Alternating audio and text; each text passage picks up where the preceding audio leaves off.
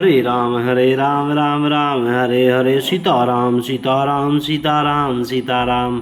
आइए श्री रामचरितमानस से आगे की ओर बढ़ते हैं।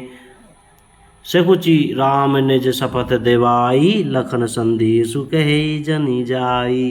कहे सुमंत्रु पुनि भूप संदेशु सही न सकी सिय विपिन कलेशु। श्री राम जय जय राम। श्री रामचंद्र जी ने चाकर अपनी सौगंध दिलाकर सुमंत्र जी से कहा कि आप जाकर लक्ष्मण का यह संदेश न कहिएगा। कौन सा संदेश? जो थोड़ा सा उन्होंने कड़वे वचन कह दिए थे।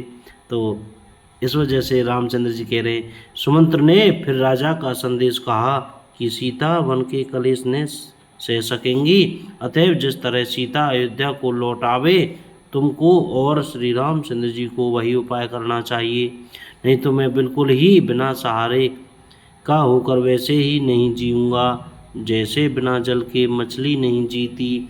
सीता के मायके पिता के घर और ससुराल में सब सुख हैं।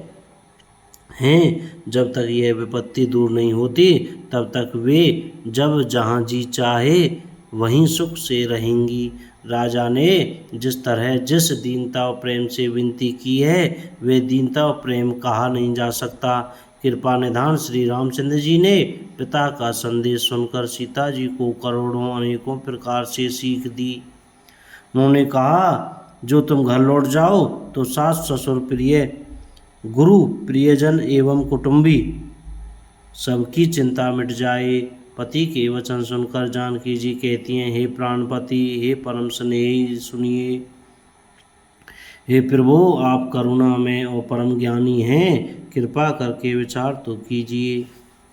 शरीर को छोड़कर छाया अलग कैसे रोकी रह सकती है? सूर्य की प्रभा सूर्य को छोड़कर कहाँ जा सकती है और चांदनी चंद्रमा को त्याग कर कहाँ जा सकती है? इस प्रकार पति को प्रेममयी विनती सुनाकर सीता जी मंत्री से सुहावनी वाणी कहने लगीं। आप मेरे पिताजी और ससुर जी के समान मेरा हित करने वाले हैं। आपको मैं बदले में उत्तर देती हूँ, यह बहुत ही अनुचित है, किंतु हे तात, मैं आर्त होकर ही आपके सम्मुख हुई हूँ, आप बुरा नहीं मानिएगा। आर्यपुत्र, स्वामी के चरण कमलों के बिना जगत में जहाँ तक नाते हैं सभी मेरे लिए व्यर्थ हैं। मैंने पिताजी के ऐश्वर्य की छटा देखी है, जिनके चरण रखने की चौकी से सर्वश्रोमणी राजाओं के मुकुट मिलते हैं, अर्थात बड़े बड़े राजा जिनके चरणों में प्रणाम करते हैं। ऐसे पिता का घर भी जो सब प्रकार के सुखों का भंडार है, पति के बिना मेरे मन को भूलकर भी नहीं भाता।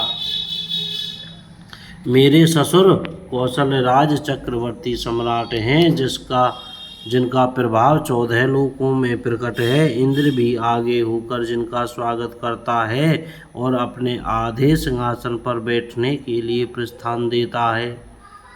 ऐसे ऐश्वर्य और प्रभावशाली ससुर, उनकी राजधानी अयोध्या का निवास, प्रिय कुटुंबी और माता के समान सासुएं, ये कोई भी श्री रघुनाथ जी के चरण कमलों की रज